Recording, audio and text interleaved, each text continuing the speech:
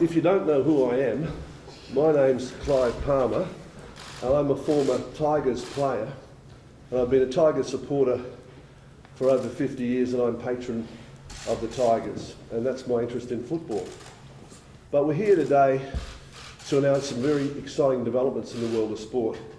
Firstly, on a personal level for Israel, both of Israel's brothers play for the Tigers A-grade team at the moment. And this will be the first time in history that the three Folau brothers have been able to play together. And that's a wonderful thing. Mineralogy, my company, has sponsored and signed an agreement with Israel to play only for the Tigers as far as club football goes this year. And as we know, Israel is the best rugby player in the world, be it rugby league or rugby union. His record stands paramount and second to none. And I think I've done all that I could to ensure that the 70% of Queenslanders that's reported in the Australian, and if it's in the Australian, it must be true, support Israel. It's coming back to the game because he really is one of the best players. Currently, Israel's signed his contract with the Tigers. He's had a clearance from the Broncos, which is the last Australian club he played for in this confederation. Right? And he plans, all things being well, to take the field in the next game, which will not take place not this weekend, but the following weekend against Burleigh Heads. Right?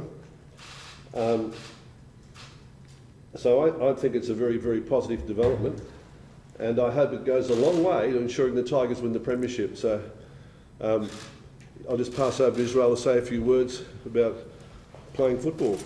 Thanks, Clive. First of all, I just want to give thanks to my Lord and Saviour Jesus Christ for this opportunity, and second to that, I'm excited to be here and to link up with Clive.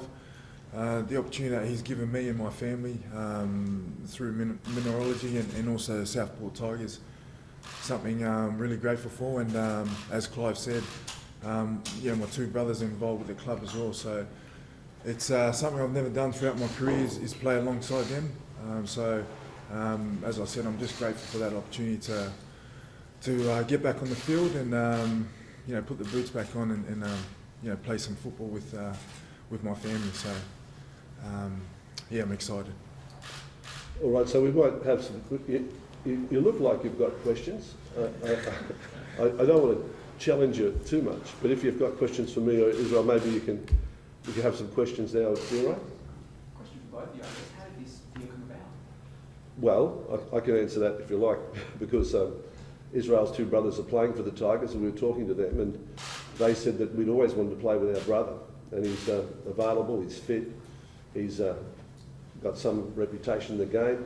He said that we think that Israel would like to play with us. So, it's a really wonderful story, really, because rugby league used to be about community involvement and being involved with a bunch of players to play together. And unfortunately, the game's developed into a money machine set up for sponsors, and some of those values have been lost. So I think it's a wonderful thing that Israel can come back and play with his brothers at a community level. And he's got the full support of our club. I can say as patron of the club, they're all behind him. And you've seen the polls that have been taken that they want Israel to play again. So this is a good thing for rugby league, because rugby league primarily is about playing football. Clive, you've had your own public relations battles in the past. Do you see some of this in Israel when you look at this situation? Well, I don't think there is any situation for Israel, because if we believe in Australia, we're a very tolerant society, we should be, and certainly religious freedom has to be one of the most fundamental things. I may not agree with something of Israel or view of your religion or whatever, but it shouldn't affect how I play sport with you. Because after all, sport's one of those things that go across those barriers to bring the community together. And we don't want to have division, we want to have unity. And the Tigers Rugby League Football Club is a rugby league football club. And that's what it's about. And I think that's what you're about, isn't it, Israel? Well, that's right. It's like as you said, Southport's a family club, and rugby league's a great sport, and so to be able to get back on the field and play is something that I've always loved doing since a young kid. So it's this opportunity presenting itself, and I'm grateful for that. Do you agree with Israel's views around homosexuality? I don't know what his views are, to be honest. All I all I know is that he's placed on the Twitter or something a quote from the Bible, and I know that the Bible's used every day, quoted in churches right across Australia for millions of Australians. I know when we go to Parliament, many parliamentarians refer the text of the Bible and they pray every day. I know that when you go to court and you swore in for evidence, you put your hand on the Bible. So to me, it's nothing extraordinary that someone makes a quote from the Bible. And I think there's a thing about proportionality. I just say from the media, it's grown out of all proportions. It certainly shouldn't affect a person's livelihood, how he can support his children and what he can do. We want to have an example where people of all religions, all faiths can play sport, and we don't want to bring that sort of thing into sport, I don't think. Israel, are you confident that the QRL will approve the registration, and is this sort of a step, do you ultimately want to get back into the Look, yeah, I'm very confident that things will, move in the way that we want it to.